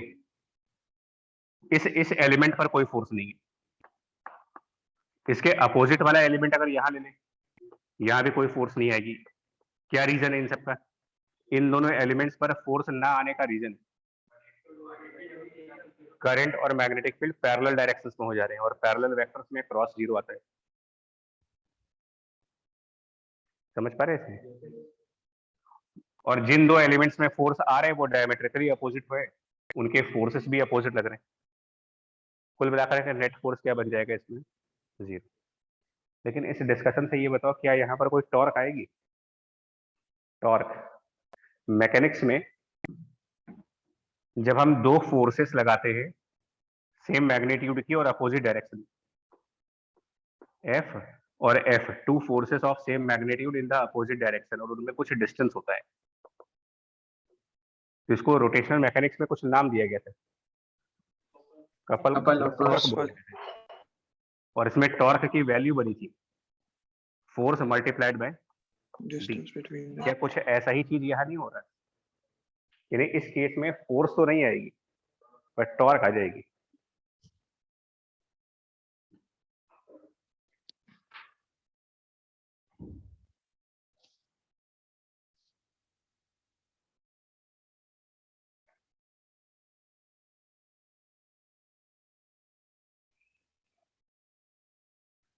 और IQ लगा के सोच सकते हो, अपना एप्टीट्यूड लगा करके, भले हमने टॉर्क का फॉर्मूला नहीं पढ़ा है लेकिन मैकेनिक्स के बेस पर ही बता सकते हो कि जो टॉर्क आएगी वो किस तरीके से लगनी चाहिए। इस एलिमेंट पर फोर्स लग रही है पॉजिटिव जेड एक्सिस की तरफ, और इस एलिमेंट पर फोर्स लग रही है नेगेटिव जेड एक्सिस की तरफ। तो अगर ये रोटेट करेगा तो कौन सी एक्सिस के अबाउट करेगा? एक तरीके से इस साइड को हम बाहर खींच रहे हैं, इसको जेड एक्सिस की तरफ ला रहे हैं, और इस वाले पार्ट को नेगेटिव जेड एक्सिस पर लेके जा रहे हो। तो ये टर्न कौन सी एक्सिस के अबाउट कर रहा हूं? वाई एक्सिस के अबाउट। समझ पाए थे? नहीं भाई, ये वाला चीज, इधर वाला एलिमेंट इस बोर्ड से बाहर की तरफ आ रहा है और ये वाला एलिमेंट बोर्ड के अंदर की तरफ जा रहा है, तो ये कुछ ऐसे ही तो रोटेट कर रहा होगा कि this point coming outside and this point going inside. तो ये रोटेशन किसके अबाउट हुआ फिर? वाई एक्सिस के अबाउट। यानी इस क्वेश्चन में एक टॉर्क है वाई एक्सिस के अबाउट, फोर्स नहीं है, टॉर्क है। इसके पिछले वाले क्वेश्चन में, जस्ट इसका पिछला जो भी किया हम लोगों ने एचसीबी वाला, उसमें फोर्स था, टॉर्क नहीं आएगा उसमें। क्यों? उसमें टॉर्क क्यों नहीं आएगी? क्योंकि इधर वाले एलिमेंट और इधर वाले एलिमेंट पर फोर्स का जो डायरेक्शन आया था वो सेम हो गया था, एक ही डायरेक्शन बन गया था फोर्स का। टॉर्क तब आती है जब दोनों तरफ की फोर्सेस का डायरेक्शन अपोजिट है। तो पिछले क्वेश्चन में फोर्स था, टॉर्क नहीं था। इस क्वेश्चन में टॉर्क है, फोर्स नहीं है। चीजों को जनरलाइज नहीं कर पाओगे। मतलब अगर हम ये सोचें कि हमारे को कोई जनरल मेथड मिल जाए जिससे हम मालूम कर लें, तो ये नहीं हो सकता है इसमें। इसी का थर्ड केस दिखा रहा हूं। थर्ड केस, लूप का third part.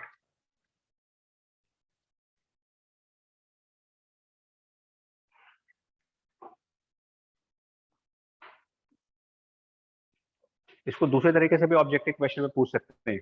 This loop has a tendency, option इस तरीके से भी हो सकते हैं। This loop has a tendency to translate, this loop has a tendency to rotate, this loop has a tendency to expand. क्या answers बोलेंगे? टेंडेंसी इसकी रोटेट करने की होगी कि ट्रांसलेट करने की होगी? रोटेट करेगा, बिकॉज फोर्स तो आ नहीं रहा इसके अंदर, बट टॉर्क आ रही है, तो it has a tendency to rotate about Y axis. तीसरा केस, इसी क्वेश्चन को तीसरी थर्ड वाला देखो, सेम क्वेश्चन, अगेन एक सर्कुलर लूप ले लें with again anti-clockwise current, but this time the magnetic field, इसमें मैग्नेटिक फील्ड जेड एक्सिस के अलोंग कर दे, मतलब आउटवर्ड डायरेक्शन की मैग्नेटिक फील्ड कर दें इसमें। Magnetic field B is outward Z axis के अलोंग, इसको डॉट सिंबल से दिखाते हैं, और uniform magnetic field along Z axis, uniform magnetic field along Z axis. Third question,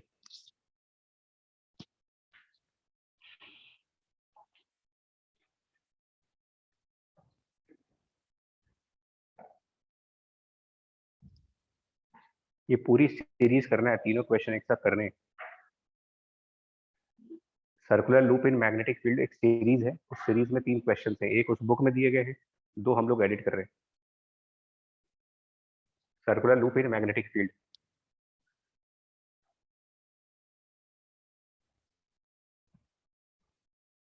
now the magnetic field is along Z axis, यानी कि circle के perpendicular direction में, यानी कि अगर सर्किल एक्स वाई प्लेन में है तो मैग्नेटिक फील्ड हम लोग जेड एक्सिस पर ले रहे हैं, सर्किल की प्लेन के परपेंडिकुलर।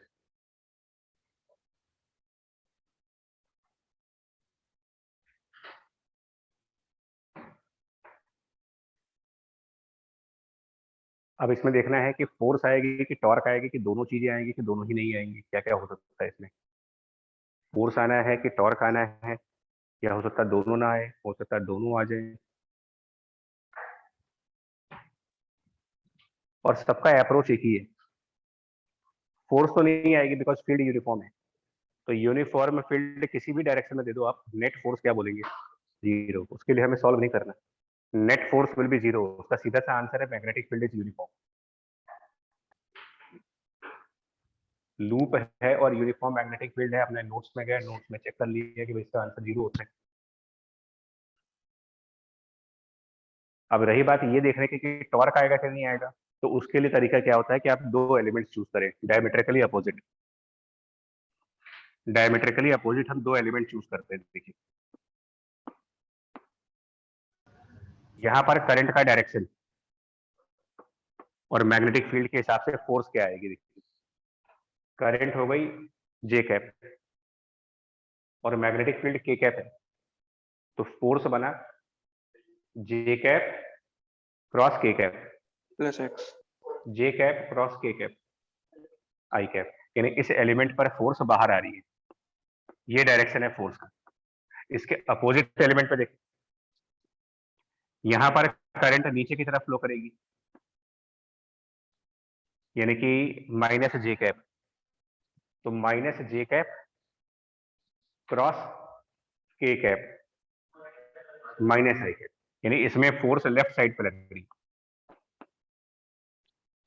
तो ये दोनों फोर्सेस तो अपोजिट तो हैं, लेकिन ये सेम लाइन पर है। रोटेशनल मैकेनिक्स में ये कहा गया था कि जब 2 फोर्सेस अपोजिट हो लेकिन सेम लाइन पे आ जाए, टॉर्क ही नहीं आएगी। टॉर्क के लिए 2 फोर्सेस को अपोजिट होने पर भी अपोजिट तो रहे बट डिस्टेंस में रहे, यहाँ डिस्टेंस नहीं आ रही है, कोई टॉर्क नहीं बनेगी। इनफैक्ट अगर हम एलिमेंट्स ऊपर नीचे देख लें, मतलब वाई एक्सिस के ऊपर और इधर जरा इनमें देखो फोर्सेस का direction of current left, now minus I cap cross के कैप, माइनस आई कैप क्रॉस के कैप, माइनस आई कैप क्रॉस के कैप, जे कैप हुआ, यानी इसमें फोर्स वाई डायरेक्शन में जा रही है। इसी तरीके से इसके अपोजिट एलिमेंट पे देखेंगे, यहाँ पर जब करंट का डायरेक्शन राइट साइड है तो आई कैप क्रॉस के कैप माइनस जे, यानी फोर्स इधर आई, तो ये भी टॉर्क ही प्रोड्यूस करेंगे बिकॉज दोनों फोर्सेस सेम लाइन पे चलेगी। तो इस क्वेश्चन में नेट फोर्स भी 0 है और नेट टॉर्क भी 0, दोनों चीजें 0 हो।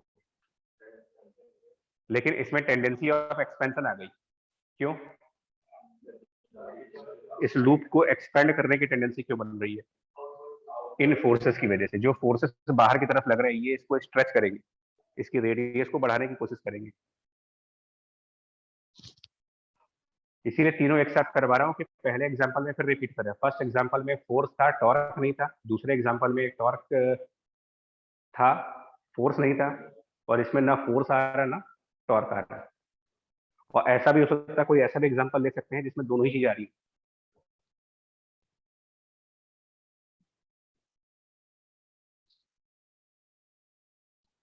बट इसमें लूप की टेंडेंसी हुई क्या करने की? श्रिंक करने की टेंडेंसी, सिकुड़ने की टेंडेंसी है कि एक्सपेंशन, फैलने की टेंडेंसी? Tendency to expand. इस क्वेश्चन में loop has a tendency to expand. और जब किसी भी मटेरियल में एक्सपेंशन की टेंडेंसी होगी तो ये वैसे ही होगा थर्मल एक्सपेंशन। तो जब कोई चीज एक्सपैंड होगी तो उसमें स्ट्रेस और स्ट्रेन आएंगे। तो यहाँ पर कोई स्ट्रेस और स्ट्रेन आएंगे कि नहीं आएंगे? अगर पूछा जाए कि इस लूप में स्ट्रेस होगा कि नहीं होगा, तो आपसे उसमें कहा गया था कि अगर एक्सपेंशन मैकेनिकल फोर्स की वजह से हो रहा है, थर्मल एक्सपेंशन का चैप्टर कर याद करो, तो हमने कहा था कि अगर हीट करने से कोई चीज एक्सपेंड हो रही है तो वो तो एक नेचुरल फिनोमिना होता है, उसमें स्ट्रेस नहीं आता। लेकिन अगर फोर्स की वजह से कोई चीज एक्सपेंड हो रही है तो ये कौन सा केस हो रहा है? यानी स्ट्रेस होगा। पूछा जाए कितना होगा तो कैसे निकालेंगे? स्ट्रेस कितना होगा, स्ट्रेन कितना होगा, उसमें यंग्स मॉडुलस दे करके ये पूछा जाए कि चेंज ऑफ रेडियस कितनी होगी। ये सारे क्वेश्चन ऐड कर सकते हैं इसमें। तो उसके लिए क्या करेंगे ना, अगर देखो स्ट्रेस इन अ लूप और a wire, stress in a wire, तो हमने कहा था स्ट्रेस का दूसरा नाम जो है ना, वायर के केसेस में स्ट्रेस का मतलब बेसिकली आपको वहां पर क्या फाइंड करना है? टेंशन। जब आप ये कह रहे हो कि इसमें स्ट्रेस है, इसका मतलब एक तरीके से हम ये कह रहे हैं कि इसमें टेंशन है। कितनी? ये क्वेश्चन है, इसको अपने आप ट्राई करिए जरा। Calculate the tension in this wire. इस वायर में स्ट्रेस है, जिसका मतलब ये हुआ कि इस वायर में टेंशन फोर्स है। कितनी टेंशन फोर्स है वो निकाल लेते हैं।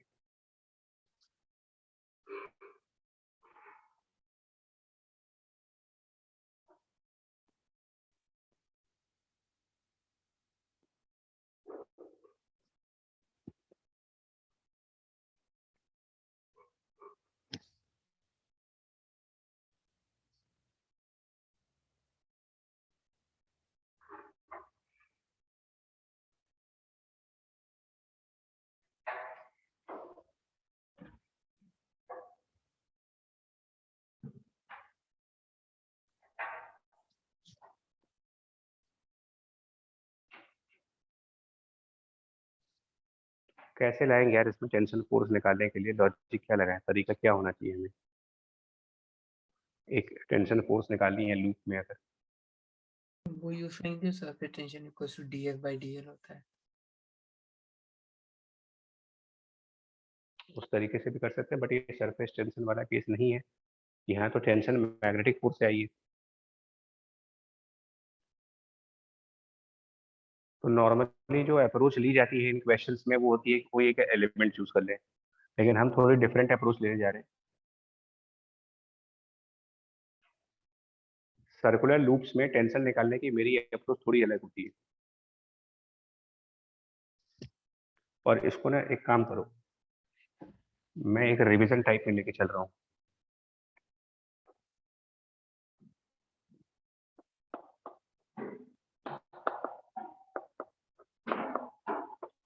देखो तरीका बता दे रहे कैसे होता है। इसमें मैकेनिक्स का भी एक दो क्वेश्चन उठाएंगे और यहाँ वाला क्वेश्चन भी देते हैं। तो एक रिवीजन टाइप है। मैकेनिक्स में क्वेश्चन ये आता है कि अगर हमारे पास एक सर्कुलर लूप है और वो ओमेगा वेलोसिटी से रोटेट करे तो इसमें क्या टेंशन फोर्स आएगी? रेडियस वगैरह सब दिया होगा इसमें और मास भी दिया होगा। ये मैकेनिक्स का क्वेश्चन हो गया। मैग्नेटिज्म का क्वेश्चन क्या बन गया कि लूप है, उसका रेडियस स्मॉल आर है, उसमें करंट आई दी गई है and there is some magnetic field. Fundamentally दोनों एक ही चीजें हैं। डिफरेंस सिर्फ इतना है कि इसमें टेंशन फोर्स सेंट्रीफ्यूगल की वजह से आएगी, स्पिन करने में सेंट्रीफ्यूगल फोर्स इसको एक्सपेंड करवाएगा और ये मैग्नेटिक फोर्स से एक्सपेंड होगा। फंडामेंटल लेवल पर दोनों एक ही है, दोनों की टेंडेंसी एक्सपेंशन की है, कॉज अलग है, एक में कॉज है सेंट्रीफ्यूगल और एक में कॉज हुआ मैग्नेटिक फील्ड। तो वजह अलग है बट फंडामेंटली मतलब इन प्रिंसिपल दोनों न्यूमेरिकल एक ही है। क्या करेंगे ना हम लोग, इन दोनों को पैरेलल में देखो जरा, एक तरीका लगाओ। अगर हम राइट वाला हाफ लूप कंसिडर करें, राइट हाफ लूप, उसमें टेंशन फोर्स आप किधर की तरफ दिखाओगे? राइट वाले हाफ लूप में टेंशन फोर्स की डायरेक्शंस कैसे दिखाई जाए? तो जब ये चीज एक्सपेंड करना चाहेगी, टेंडेंसी ऑफ एक्सपेंशन है इसमें, ये बाहर फैलना चाहेंगे, ये इधर फैलना चाहेगा, तो लेफ्ट वाला और राइट वाला दोनों एक दूसरे को पुल करेंगे।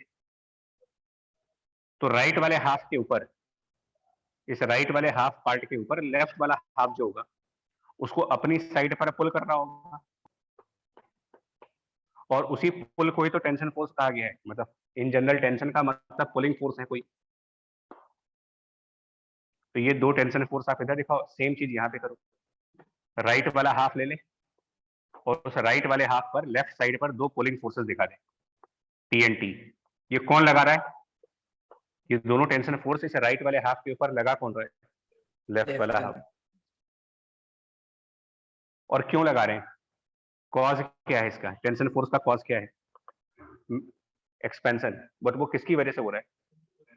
मैग्नेटिक फोर्स से। कितना मैग्नेटिक फोर्स राइट वाले हाफ पर आएगा?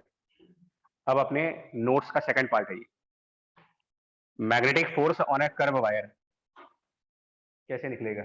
Magnetic force on a curve, क्योंकि राइट हाफ कर दिया तो अब ये लूप नहीं रहा, ये चला गया उस कैटेगरी में कि force on a curve wire. कैसे निकालने का बताया गया था?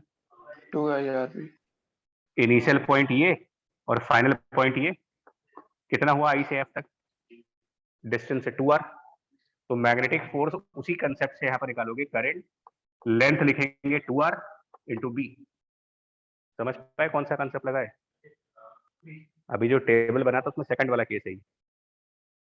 और यहाँ पर मैकेनिक्स में, अगर आप मैकेनिक्स में बात करो तो इसमें सेंट्रीफ्यूगल दिखाएंगे। मैं फिर कह रहा, दोनों क्वेश्चन एक जैसे है, वो मैग्नेटिक फोर्स की वजह से है, ये सेंट्रीफ्यूगल फोर्स की वजह से है। Centrifugal force m omega square, but क्योंकि ये हाफ पार्ट है तो मास आधे का होगा। सेंट्रीफ्यूगल फोर्स होता है m omega square r, but उसमें r क्या होता है? फॉर्मूला तो याद कर लेते हो बट सिंबल भूल जाते हो। m ओमेगा स्क्वायर r में r क्या है? हाँ, डिस्टेंस फ्रॉम एक्सिस से सेंटर ऑफ मास का डिस्टेंस। तो एक्सिस तो सेंटर, एक्सिस यहाँ पर है ना, और आधी रिंग का centre of mass, half ring का सेंटर ऑफ मास, ये भी एक याद करने वाला चीज है। Centre of mass of half ring वो होता है at a distance of 2r divided by pi from the centre, geometrical centre से 2r अपॉन पाई डिस्टेंस से। तो centripetal force m omega square by 2, m by 2 क्योंकि मास m by 2 है, omega square multiplied by this term 2r by pi. अब ये अचानक से mechanics आ रहा था, तुम लोग को लग रहा है कि यार कहाँ से हो गया ये तरीका, लेकिन यही पढ़ने का, वरना कोई फायदा नहीं, जितना मर्जी आप रिवाइज करते रहो। जब तक ये बात तुम्हें समझ में नहीं आएगी कि एक लूप में टेंशन फोर्स तभी आ सकती है जब उसमें एक्सपेंशन का कोई कॉज हो। इलास्टिसिटी चैप्टर यही समझा रहा है, जब एक्सपेंशन, और वो भी एक्सपेंशन फोर्स से आ रहा हो, थर्मल एक्सपेंशन में नहीं आएगा ये। थर्मल एक्सपेंशन में टेंशन तब आती थी जब आप उसको थर्मल एक्सपेंशन से रोक दो, क्लैंप कर दे और उसके बाद हीट करें तो उसमें स्ट्रेस आता था। अब हम करेंगे क्या? सिंपली इनको बैलेंस कर दीजिए, खत्म हो गया क्वेश्चन। ये नॉन कैलकुलस मेथड बता रहा हूँ, नॉन कैलकुलस, बट हाँ टफ तो ये भी है अगर ये नहीं याद हुआ तो। मैंने अगर सेंटर ऑफ मास की पोजीशन ही नहीं याद हुई तो बेकार है, ये मेथड बेकार हो गया।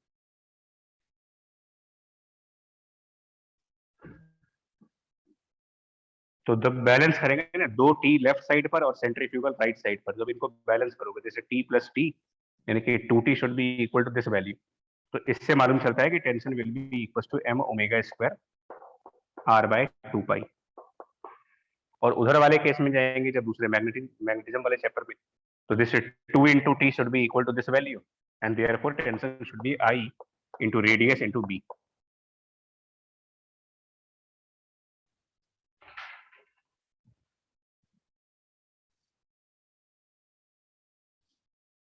अब दोनों ध्यान रखना है इसमें, दोनों क्वेश्चन एक जैसे। हाँ, t प्लस टी 2t बराबर ये है, तो ये वाला 2 इधर से कैंसिल हो गया।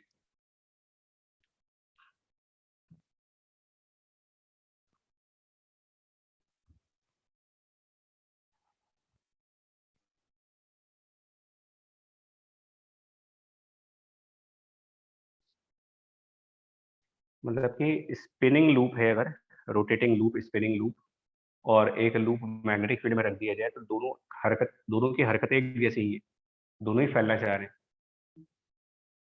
एक सेंट्रीफ्यूगल की वजह से और एक मैग्नेटिक फोर्स की वजह से। दोनों में सेम चीज हो रही है, दोनों में टेंशन फोर्सेस आ रहे हैं, और इसको स्ट्रेस में कैलकुलेट करना होगा, क्योंकि स्ट्रेस की जो डेफिनेशन इलास्टिसिटी में है वो थोड़ी अलग है। स्ट्रेस होता है फोर्स पर यूनिट एरिया, तो ये हम लोगों ने एक तरीके से भी टेंशन फोर्स निकाली। स्ट्रेस अगर कैलकुलेट करना होगा, इलास्टिसिटी चैप्टर से रिलेट करोगे इसको जो, तो स्ट्रेस वायर्स के केसेस में हमेशा ध्यान रखिएगा, जितने भी वायर वाले केसेस हो, वायर वाले जितने भी न्यूमेरिकल्स आएंगे वहां पर स्ट्रेस टेंशन बाई एरिया कर दीजिए। टेंशन कैसे निकालना है वो बता दिया, उसको एरिया से डिवाइड कर दिया। कौन से एरिया से? एरिया किस चीज का? नहीं, इसके अंदर वाला एरिया पाई आर स्क्वायर से नहीं, नहीं भाई, उसके क्रॉस सेक्शन से। एरिया ऑफ क्रॉस सेक्शन होता है यहाँ पर। अब क्रॉस सेक्शन का मतलब क्या है ना, कि भाई अगर आप एक लूप बनाओगे तो ये किसी वायर से जब बनाया होगा तो उस वायर की कुछ मोटाई नहीं होगी, पतला वायर मोटा वायर नहीं होते, तो इस वायर की जो थिकनेस होगी, जैसे ये वायर होगा, तो इस वायर का क्रॉस सेक्शन मतलब यहाँ वाला जो एरिया बनेगा, अंदर वाला ये area of this cross section, इसको कैपिटल एस मान लेंगे,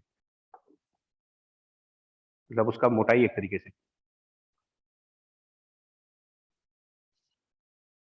जैसे ये तार चार्जिंग वायर है, तो इसमें क्रॉस सेक्शन किसको बोलेंगे? क्रॉस सेक्शन मतलब क्रॉस तो करिए, सेक्शन मतलब उसका पार्ट हुआ। तो अगर इसको हम काटेंगे, जैसे इस तार को यहाँ से चाकू से काट दे, तो जो एक सर्किल टाइप नहीं बन जाएगा यहाँ पर, ये जो गोलाई बन रही है इसकी, तो ये जो गोलाई बन रही है इस वायर की, इस गोलाई का एरिया कितना बनेगा, इसको क्रॉस सेक्शन कह रहे हो।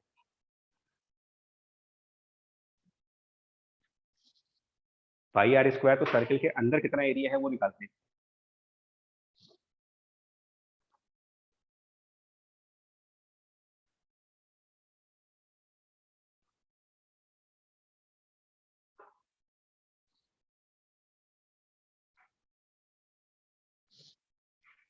और इसी से फर्दर जाओगे जब इलास्टिसिटी में, और इसको एडवांस न्यूमेरिकल की तरफ लेके जाओ,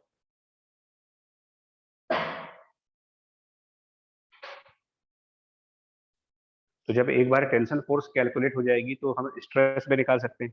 तो इसमें एक हुक्स लॉ हुआ करता है कि स्ट्रेस और स्ट्रेन, कहते हैं ना कि स्ट्रेस जो है वो Young's modulus multiplied by,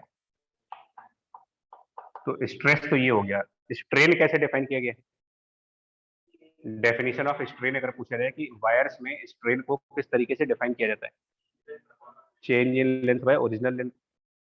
sir loop के केसेस में आप इसको कह सकते हो change in the radius upon original radius. Actually ये change in length by length है, बट लूप की जो लेंथ होती है, मतलब उसका सरकमफ्रेंस, वो 2 पाई आर है, तो लेंथ रेडियस के प्रपोर्शन में ही जाएगी। कुल मिलाकर के हमारा क्या बन जाएगा, ये जो टेंशन फोर्स निकाली है I R B, this tension force I R B divided by area of cross section is Young's modulus and the change in the radius divided by the radius. तो ना यहां से निकाल सकते हो कि मैग्नेटिक फोर्स की वजह से कितना रेडियस चेंज होगा। Change of radius due to the magnetic force, और इसी तरीके से हम यहाँ पे निकाल सकते हैं change in the radius due to centrifugal force, अगर इसको इलास्टिसिटी से लिंक कर दे टॉपिक।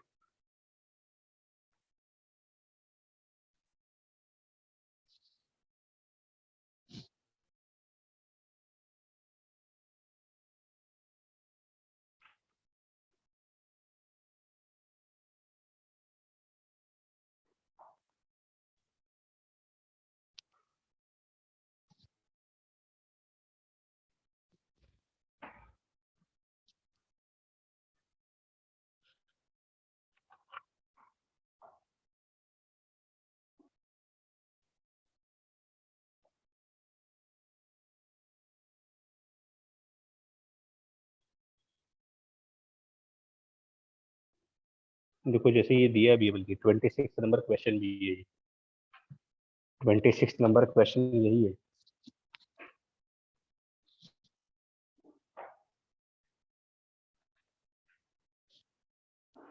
फर्क सिर्फ इतना है कि इसमें मैग्नेटिक फील्ड का डायरेक्शन क्रॉस कर दिया है, तो इसमें टेंडेंसी एक्सपेंशन की नहीं होगी, इसमें टेंडेंसी कंप्रेशन वाली हो जाएगी, उल्टा हो गया। तो वही 25 में वही पूछा है, बी पार्ट पूछा है find the force of a compression, मतलब क्या होता है फोर्स ऑफ कंप्रेशन, किसको बोलते हैं? फोर्स ऑफ कंप्रेशन मतलब स्ट्रेस, मतलब इसमें भी टेंशन ही निकालनी, बट इसमें टेंशन अपोजिट साइड पे लगेगी। हाँ, टेंशन बाहर की तरफ से उल्टा हो, मतलब जो राइट वाला डायग्राम है उसमें पलट दीजिए, टेंशन बाहर कर दीजिए, मैग्नेटिक फोर्स अंदर कर दीजिए। और बी पार्ट में 26 वाले क्वेश्चन में यंग्स मॉडुलस लेकर के ये पूछा भी है कि बताओ रेडियस में क्या चेंज आएगा।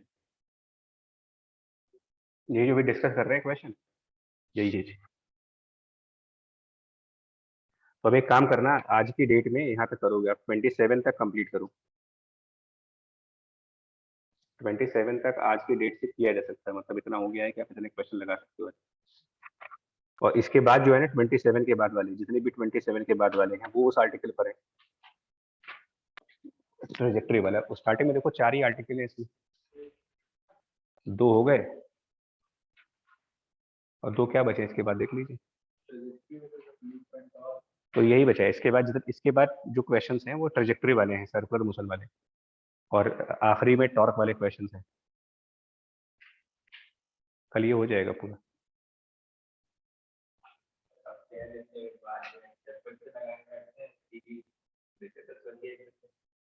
नहीं तो देखो इसका तरीका ये है कि सेम डे करेंगे तो बॉर्डर नहीं बनेगा भाई। आप वैसे भी तो एग्जाम प्रिपरेशन करने के लिए रिवीजन करते हैं ना, तो इसको रिवीजन ही मान लीजिए किसी तरीके से कि भाई हम सेम डे लगा रहे हैं। करना तो था ही, क्या अभी करो चाहे वैसे करो, सेम डे लगाओगे तो बेनिफिट ये होता है कि क्लास में एग्जाम्पल हुआ है, टाइम भी कम लगेगा इसको करने में, कम टाइम लगता है बहुत। 2 दिन का गैप करके लगाओ, फिर देखो अभी अपने आप टाइम बढ़ जाएगा। ज्यादा गैप ना करिए, बस 2 दिन छोड़ दो। मेरा सजेशन मेरा यही है कि फिजिक्स के प्रिपरेशन में आप एक टॉपिक वो लेके चलो जो क्लास में हो रहा है। अगर तुमने अपनी कोई प्लानिंग बना रखी है तो उस प्लानिंग को रखिए, लेकिन साथ में जो टॉपिक क्लासेस में चल रहे हैं इनको भी लेके चलो, ये भी पार्ट ऑफ प्रिपरेशन ही है।